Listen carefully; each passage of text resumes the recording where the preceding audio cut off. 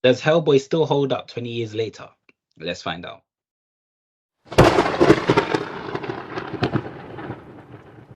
Hello, everyone. Welcome back. We are back, the Eye of the Storm podcast. Today, we're going to be doing Have You Seen? Daniel, you want to let the people know what the hell that is? So Have You Seen is our series where we look at a movie that one of us knows well and the others are just seeing for the first time. This week we're talking about Hellboy from 2004, which I've seen many times, and I'm a big fan of the Hellboy mythos in general, but the two of you just saw it for the first time. So what are your impressions? It was a good story. Like, literally, that's what it was, a good story. Especially when it came to the whole, like, little love triangle thing between Hellboy and, I forgot what the other guy's name was. Remember? Myers. Miles, yeah. So the kind of love triangle between him, Miles, and the girl, which I forgot her name, that kind of got me more engaged into the story even more. But I think this is probably, of all the Have You Seen movies that we've done, I think Hellboy, in terms of the story, was probably my favorite one so far. Other than the love triangle, what caught your interest?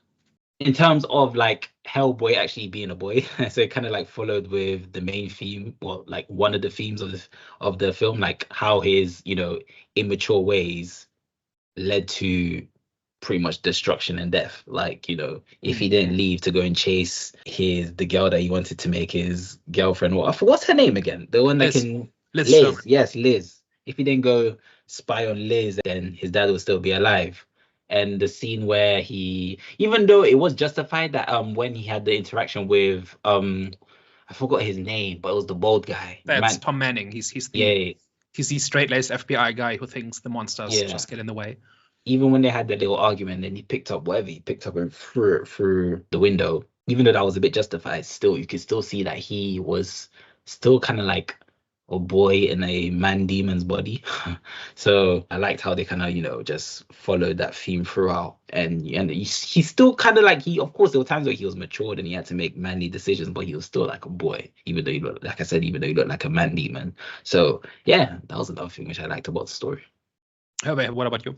I think I was calling it. I think it's definitely worth a watch. Probably not my favorite thing, I would say. Even just like as a whole, as a movie, I don't think it's my favorite thing, to be fair. Which one was your favorite thing so far? Sorry to interrupt. I'm not trying to drift away from the conversation, but which one? Aliens, to be fair. Probably Aliens. Okay, yeah, Alien was good, but I'm talking about as a story. Alien is one of my best, but as a story. I feel like there's still like some like not holes or gaps or whatever, but I feel like there's like certain parts of it which I wasn't completely invested in. Because I know like what I did enjoy about this is that they kind of like take time to like sort of flesh out the characters and this, that, and the other, and really get into sort of understanding them a little bit. But then there's just like certain relationships which probably could have been developed a little bit more. Like when they killed his dad, I didn't really feel the impact of it because I don't feel like they gave enough or showed enough of like the bond or like the connection between them to like really like feel the impact of that. And I don't know, it didn't really like hit me the way that it probably should have, to be fair. But I think that one is about Hellboy having to grow up, right? Because he's got this immaturity angle to him, and now he's suddenly alone. Yeah, which is so it's a catalyst more than a payoff, which I can appreciate. But I think overall, like kind of like the mood of the film, like the settings and stuff like that, was like all great. Really enjoyed it. Bit of a weak villain as well. I didn't really like it for the villain too much in this either. And Hellboy as a character, I actually really did like him as like a protagonist. I'm like really on board with him. So yeah, kind of mixed for me. Just like a good watch, but like not something that I'd like maybe go back and revisit. So Hellboy is a weird one, right? Because he's a demon who acts like a hard-boiled detective. His friends are a psychic fish person and a depressed pyromaniac. And he fights Nazis and immortal sorcerers. So what was your initial reaction when you started watching it, like in the first scene or two? And how long did it take you until you had a handle on what was going on? Or is that overstated? Was it not that weird? I would say it was pretty weird because obviously they have like the whole opening sequence where sort of they're in this like whatever place that they're in and they're opening up a portal and this and the other, and then I can't really remember how like Hellboy came through, but like he just kind of like appeared there and he was there to. The Nazis go to a ley line island in Scotland with the Russian sorcerer Rasputin to open a hell into space to wake up a sleeping god, and then Hellboy comes through by accident. Yeah, that's the first 5 minutes of the movie. Basically, which is a bit like, okay, this is kind of crazy. Not like I would say it probably didn't hit as crazy as it probably did at the time, just because we've had like so many other things that like maybe come afterwards. But it was still like quite like an interesting opening. And then what I actually quite enjoyed as well was like the opening sort of like mission that he does. Again, when they sort of introduce that there is kind of like a more kind of like wider normal sort of aspect of the world, or where sort of you have like this like kind of like psychic fish person that he's like kind of like you said, like that he's friends with, that is just kind of there, and it's like kind of like, well, for the people that are in the know, it's just kind of like normal for them to be there. And obviously like you got Hellboy and his like little layer and this that, and the other, and they have to like kind of like sneak them into sort of into the building through the garbage truck and stuff like that. I thought that was like pretty neat. Yeah, so the reason I suggested it for the series is, like, I've been watching this movie on and off for 20 years. I've got all the comics on my shelf. Not the biggest expert on Hellboy, but I've read a bunch of it, and it's one of my top 3 things I want to see adapted properly, like the complete story and stuff like that. So to me, this is kind of not a big shock, right? Because I've seen it so many times. So that's why I was asking, how does it come across to somebody who's seeing it for the first time with no warning, and you just randomly picked up this movie? And I think one thing that really helps it is how down to earth all the characters are. Right, there is no pretension in there. There are no big speeches. Hellboy's whole character is that he's not this epic thing of mythology, but just a guy, right? That's kind of the charm of the character, right? That he's this creature from hell with the destiny to destroy the world, but he's just a guy. Do you think that helped? No, I think it helps because obviously his upbringing now is on Earth. So it's good that they kind of showed obviously the cultural influence that had on him. Because obviously if he was born wherever he came from, of course he would have seen a different Hellboy. But to kind of like mix the two in terms of like, him being like an actually human man, as well as being somewhere out of, from outer space, wherever he came from. It was kind of cool to see. And it was just like they just gave him like just like simple character motivations in terms of like he's just in love with this girl and he wants to kind of like be with this girl and stuff like that throughout the movie, which people can relate with and people can like resonate with. And again, like that's what I enjoyed a lot about sort of his character itself. Like Jonathan mentioned at the start, it's not like he's like this like brute and like freaking nature or whatever, but the action scenes and stuff like that isn't like going to wow you, isn't going to be like the most spectacular thing, but it's just like how down to earth he is and how like he just like it's just like a regular dude in this sort of world. Yeah, that's why I was like, when in terms of like coming off what Harvey was saying, like the action scenes aren't really that great because he wasn't as strong as I thought he was gonna be. You know what I'm saying? Which is a bit, I wouldn't say it's misleading or disappointing. It's just that there was a scene when I forgot the main villain, when he said to Hellboy, you don't realize how much power you have within you or something like that, right? So that kind of like helped me be at peace with seeing the not weakness, but just seeing Hellboy as not being as strong as I thought he was going to be, because that scene there told me, okay, so there's more to come from this character. So there's more, we're going to see more from him in terms of him getting powerful, because from this movie, you're not going to be overly impressed with the fight scenes. It's mainly just him with a gun, shooting that gun. Yeah, I was going to like just piggyback off the top of that and say like he does have like this like big massive gun, but it's just like I don't think I'm like really impressed ever like whenever he's like using it. I think even in the opening when he's like chasing the original monster and he like misses like 5 times before he hits it, I was a bit like, okay, it's a bit crazy. He's got like it's like just do something cool with it. I do think there's some great fight scenes in this, like in the subway where he fights the Hound of Destruction, and there's like 20 people around because it's in a subway station, and he tries to save the cats while at the same time trying to keep the demon from getting away. There's some cool stuff in there, but yeah, it's his skill set or power set is very basic, right? He's tough, he's strong, but ultimately he punches people, right, and shoots people. I think the reason why like I wasn't wild enough is because his struggle was real and heavy. It was like there was a lot of it. Like even the scene where Liz had to save him from getting like eaten up by all those monsters. I was like, I get there's a lot of monsters, but it's still like they're not even the main threat. The other guy is the main threat. You know what I'm saying? And these are like his pets.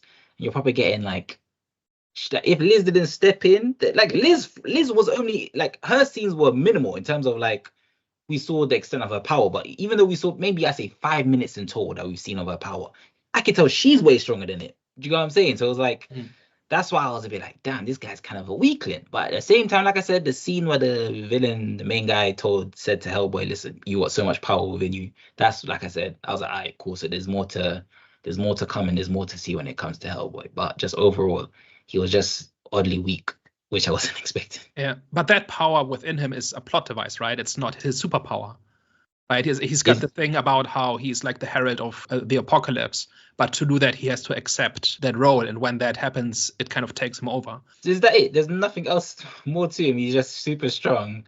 So the thing about Hellboy is that he's strong, he's tough, he can scrap with demons and witches and Nazi cyborgs and whatever else, but he doesn't lift cars, right? He's not Superman. He's not Thor or somebody like that. But he's like, his charm is that he's this down-to-earth guy with this grand destiny he doesn't care about. And then he kind of wanders into these weird situations. Oh. And he's not impressed by anybody. He's not impressed by demons. He's not impressed by prophecy. He's not impressed by immortal sorcerers or whatever. He's just a guy who wants to get the job done. And that is really like, if you're into Hellboy, that's probably the angle that appeals to you. And I think that's really important in a world that's so crazy, right? Like this adaptation already really downplays how weird it is. Like the comics get much weirder, but I think you need that contrast. And if everything was up to 11, including Hellboy, then I think it wouldn't work. It would be too much. But because Hellboy is this subdued and kind of just there, and everything weird happens around him, I think that's what makes it work. I feel like I would have had the same reaction if I watched it at the time, because obviously, like, we've seen so many like weird movies, like for example Overlord, where they're bringing back Nazi soldiers. So it's like I've seen a lot of weird stuff. That's why when like the question that you asked before, where you said the opening scene where the Nazis and stuff, it wasn't too weird to me because I've already seen some weird stuff, but it was cool. I'm like, oh crap. Yeah. See, like even like the whole opening portals and stuff like that. I feel like we've I feel like we've like seen it in like Doctor Strange and like other like some like similar type of movies, some like the DC movies and stuff like that. So it doesn't. Like in today's age, it doesn't come off maybe as weird as it probably would have back in the days. But I can, like I said, but I can imagine what the reaction would have been in 2004. Yeah. That was going to be my next question. How do you think it's aged? Because we are used to bigger and more spectacle, and Hellboy himself kind of looks plastic, right? And Abe as well. All the creature designs are a little bit Disney World, right? But I didn't have an issue with the designs though. Yeah. I think because actually you've seen the pictures. It looks great, but it's like not what we're used to now today, right? Yeah. So did that stand out? Did it not matter? Did it hold back the story? Like genuinely, like watching it, I was like quite impressed with how it looked for it being 2004. Obviously, like I feel like Hellboy's design kind of in certain like scenes did stick out a little bit to me, but overall, even like down to like the CGI use and stuff like that, I didn't have too much of a problem with it. I thought like it was all fine, like knowing the context that it's like in 2004 and it was like more limited than sort of what we had today, and like I can only imagine how great it would look. I know there's a Hellboy movie in 2019. I don't know how that was received. I don't know whether we're going to do it or not. It wasn't okay, basically. So I don't think we're going to do that one. I don't think I'm going to watch it. But yeah, I didn't really see too many issues. I think they did a really good job with what they had to work with back in the day. The images that came out of the new Hellboy that's coming soon, it looked worse than the Hellboy in 2004. So they did a really good job with just like everything in terms of like the whole aesthetic and just like you said, the CGI and just the way that the look of Hellboy. Like looking at him stand next to people, especially seeing him trying to get Liz going up against Rasputin. Yeah. Seeing him, I felt sorry and uncomfortable for him because I'm like, Liz is human and the other guy's human and you're not really human. You look kind of like a big red devil, so I shouldn't really feel sorry for you because you're a devil, but at the same time, you're not really a devil and you just look very scary, but you don't mean to be scary. You're just a down to earth type of guy. So, his like just the aesthetic, the look of Hellboy looks really cool and unsettling. And it just makes you feel like, it just feels like my feelings felt very contradicted because he looks very unsettling, but at the same time, he just gives off a cool, down to earth human guy, which was so weird. Did that change when he made his transformation at the end? When he was controlled by Rasputin and he accepted his destiny and for a brief moment he turned into his full form. Did that change then? I mean, he's clearly not the same person at that point. Yeah, right? yeah. But did that surprise you, or did it? Like you didn't know that was coming, right? No, well, no. We did see the prophecy. I think they show him on the crown of flames in the vision right now. Okay. So when I saw that, I wasn't surprised. I was just like, okay, like they're bound to do something with the horns because the way, like, it was ripped off. So like they were like bound to do something with the horns. And that kind of told me like, okay, I thought his true power were gonna come from the horns. So when I saw the horns in the prophecy, I was like, okay, this is more interesting. So that's why when you said the whole thing about his true power is just him pretty much being the key, I was like, oh, that's anticlimactic. Because I thought, his horns were gonna trigger some sort of power, right? But it's just the guy's just the key. So now realizing that he's just the key, the horns doesn't really do nothing besides just tell me like, okay, this guy is actually he's pretty much a devil. Like he just looks like a devil. But it all hangs together, right? Like the horns are symbolic of him rejecting his nature as a demon, as a devil, right? So that's why he fights him down in order to appear more human, which is a great joke. Like, don't stare at the horns. He doesn't like it when you stare at the horns. And then when he embraces his destiny, that's when the horns grow back. And then when he rejects his destiny, he breaks them off again, right? So I think this is a very effective symbolism. Like based on where his horns are at, you can tell where he's at as a character, but in a way that's not contrived or silly or cheap. Yeah, no, I totally agree. I've just seen the Hellboy from the Crooked Man, pictures of him. Jesus Christ. Yeah, I actually think it looks fine. He's just too pale. If they color correct him, which there's still time for, then I think he looks okay. Oh, the image that I'm looking at just looks weird. I don't know. It looks so weird. Maybe it's like or like the picture that I picked, but yeah. Like we're not talking about the Crooked Man, right? And at this time, only the trailer has I think the second trailer was released like 2 weeks ago or something. And one thing that's really that trailer really gets wrong is that it's supposed to be a really like Hellboy is supposed to be in contrast to the world he's in, right? If the world is really fantastic, he's supposed to be mundane, and if the world is kind of bleak and gray, then he's supposed to be colorful, right? And in this, he's just kind of as gray as everything else. And I think the 2004 movie does that much better, where he's, depending on the situation, he either stands out or fades into the background, depending on what the scene needs. But it's always supported by his character.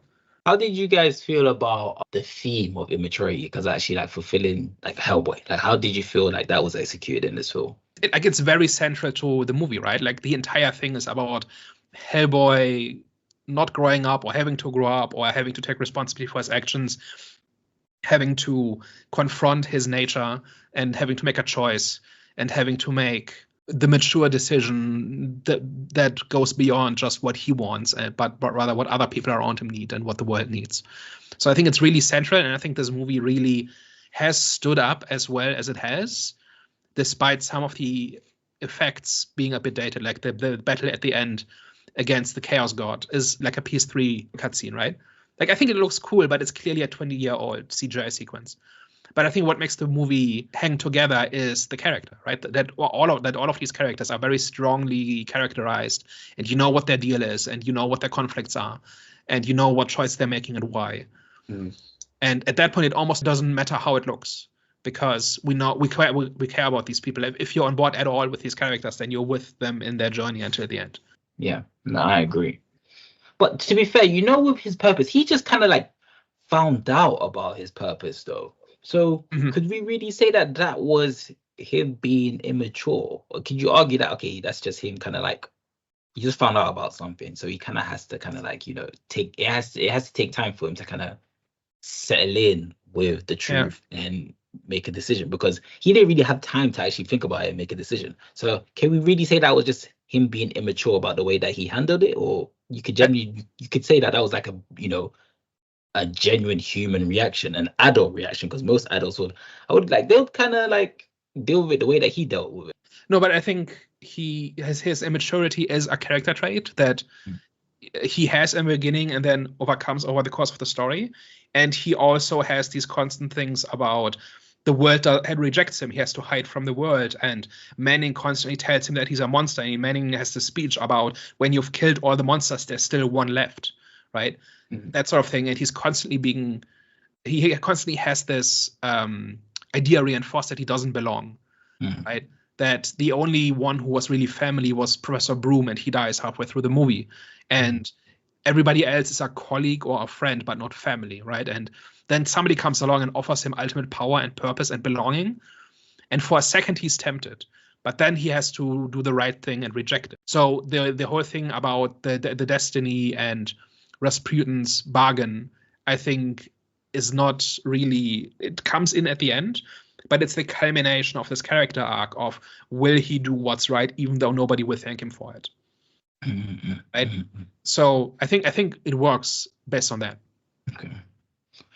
How did you guys feel about the last act? So, because the scene, it felt a bit, for me personally, like when Liz came back from the dead, it kind of felt a bit rushed. Not rushed, but it didn't really feel fully fleshed out, because it was a bit strange how she died.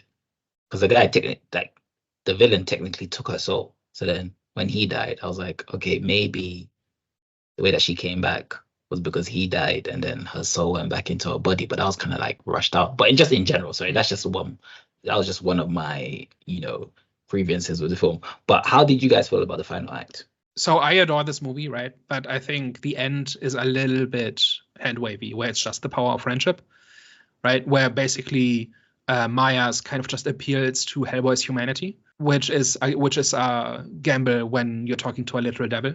But and then when he gave him the cross as well, I was like, wait, that was a bit crazy. Well, that was again reinforcing this difference between who Hellboy is as a person and what his nature is, right? Because the cross hurts him because he's a devil, but it reminds him of his family. So is he actually a devil? Is he actually a devil, or is he just a demon? His destiny is to lead the legions of hell when the apocalypse comes.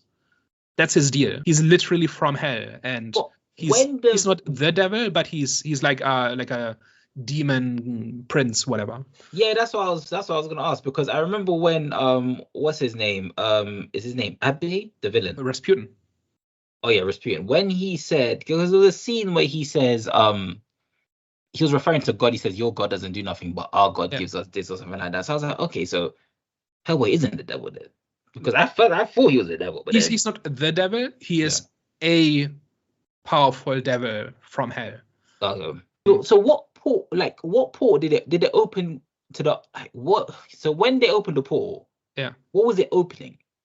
It was opening. So this is kind of where Hellboy kind of gets a little bit weird, because Hellboy is this really weird mix of folklore, cosmic horror, pulp stuff with like Nazi cyborgs in Antarctica, that sort of thing, and just mythology. And it's a world in which all mythologies are real, right? Yeah. So Hellboy is from the Christian hell, but the god that Rasputin worships is a chaos god that sleeps in space, and that will one day return, and when it returns, the world ends. So in order to do that, Rasputin needs the power of Hellboy, basically. And so he worships Octo Jahad, this chaos god, but he's kind of recruiting like a foot soldier of the Christian devil as part of his plan. Okay. Right? And that's what he means when he says, your God doesn't do anything, but my God does, right? Because he's talking about the Christian God who is not intervening in the story. But his God is a literal space alien, like psychic space alien that sleeps in space, and when you bring it into the world, it will devour the world. Okay. Right? So that's basically what was going on there. I see. One more question. How do you guys feel about movies not showing the full extent of the threat? So what I mean by that is obviously Hellboy not opening Pandora's box pretty much, right? Because a lot of movies do that, even in like freaking Justice League, where I forgot what the villain was, but that villain, even in the Snyder Cut, we didn't even really see, the villain at the end, I forgot what his name was. I don't remember. Darkseid. We didn't even fully see him. Like in many movies, we never see the main villain actually just come into scene and do madness. I think the only time we've seen a villain's full threat coming into play was Thanos in Avengers, and look how successful that turned out. Do you think movies, because I was disappointed when I never saw Hellboy open Pandora's box. I'm going to say Pandora's box, I don't know the official term for what the hell he was trying to open, but you're trying to open a gateway to hell. It was the seal to hell. The seal to hell. Yeah. So how do you feel like when movies never showed that. They never like I said, Avengers was the only one that did it, right? They were the only ones that did it, and look how successful that turned out. So you feel like they've never done that in Hellboy Yeah. and other And I, movies as well. I don't think it's the only one that's done it, but I like what I would say because like they did it in the Ghostbusters movie. In terms of successful, in terms of it being successful, Oh, 'cause I can't remember any other film that's been successful that's actually shown it, like the full extent of a villain's power coming into play. yeah. And they did it in Black Adam for like 2 minutes, but it turned out being horrible. It was just a boss fight. Yeah, it was. Yeah, it was not terrible. terribly interesting. Yeah, but then that's the issue is that like they've done it in like several movies, like the Ghostbusters movie. I think they did like the Suicide Squad movie and stuff like that, where they insert the final like big bad into like the last part of the movie where you haven't really spent too much time, sort of like you haven't spent enough time with that character to really care about it, and then they just kind of like lose immediately, and it's just a bit like, okay, this was just like the obligatory CGI fight at the end to like have like that big final like action at the, to close it off. Whereas I feel like, especially like in this movie where they kind of like touch a little bit more on his like inner conflict and like the character motivations and stuff like that, it kind of fits a little bit better as opposed to having like this like space god sort of come in and then him having to like defeat it. To be honest, like I do understand, like I do like a good like powerful villain. I do like sort of kind of like seeing them kind of like F shit up a little bit, but it doesn't always make sense, and sometimes it's a little bit jarring where it's just a bit like, okay, here's like the final ultimate threat, and then they get taken out in the most lamest way possible. I think it really depends on the story, right? Like, it depends on what the story is about. In the case of Justice League, there was supposed to be, I think, a Darkseid movie or another Justice League movie which they fight Darkseid, and this was kind of the vanguard, right? The first wave. And then that movie didn't happen, but if it had happened, I think it was supposed to play out a lot like Thanos, where he gets built up over a long time. We see his henchmen and his generals, and then in the end, he finally shows up himself.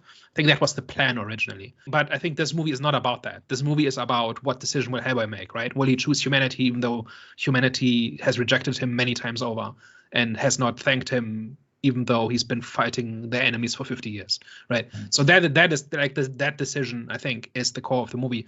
And like Hervé said, I don't think the fight against the old god at the end adds very much to the story. Like, it's a CGI fight, and Hellboy gets to be awesome for a few minutes, but the actual story is over when he rejects Rasputin's offer.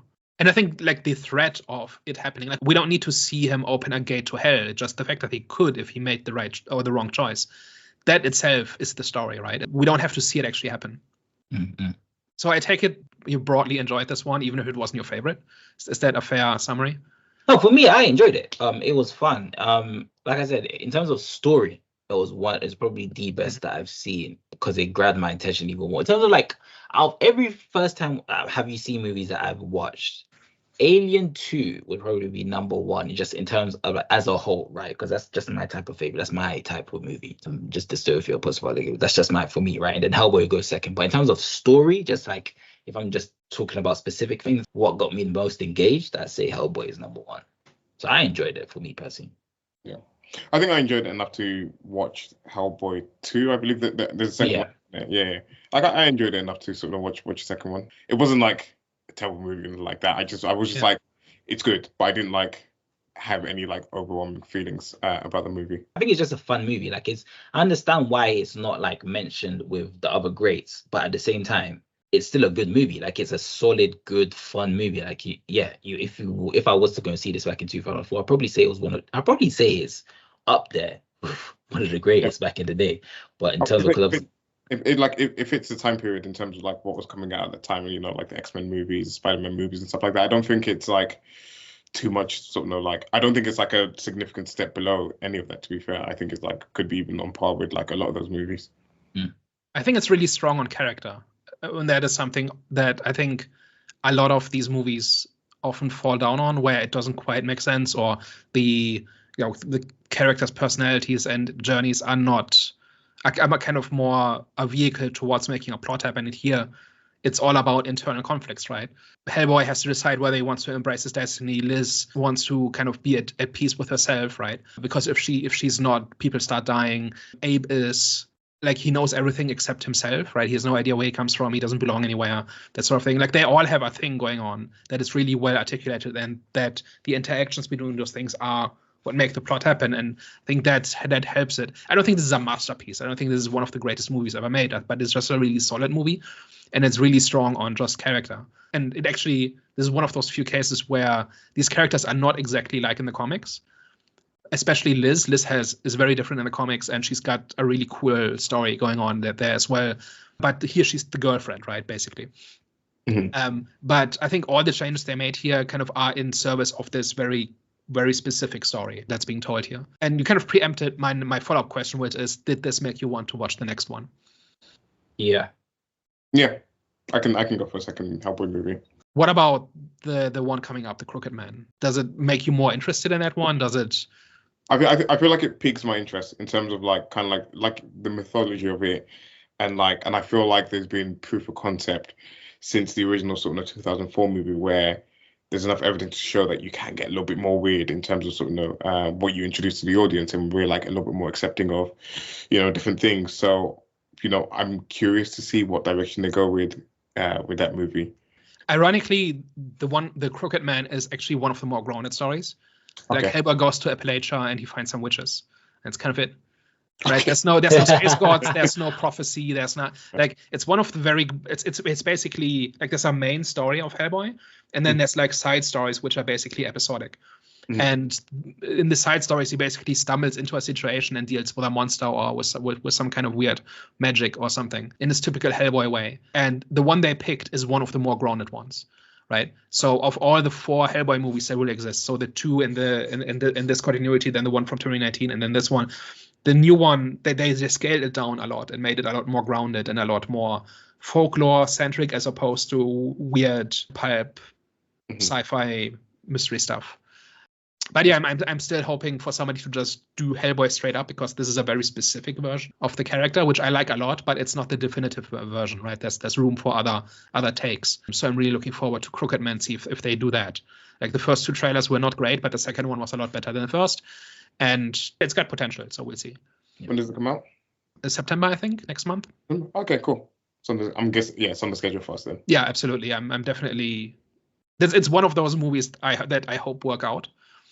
Right, that's kind of that's where my scale in anticipation tops out. Right, I'm not excited for movies anymore, but I hope they work out. That's like the highest score, and Hellboy Crooked Man has that. All right, any last words? Bring on the new Hellboy, even though I'm Christian. I guess we've come to an end. Guys, thank you so much for tuning into today's episode. Hooray! Yeah, don't forget to like, share, and subscribe. And of course, put your thoughts down below on what you thought about the original Hellboy movie, and are you excited for the upcoming one as well? Also, if there's any like hidden gems or films that you think that we should have seen, or pretty much legendary movies that you think we haven't seen that you want us to watch, comment down below also.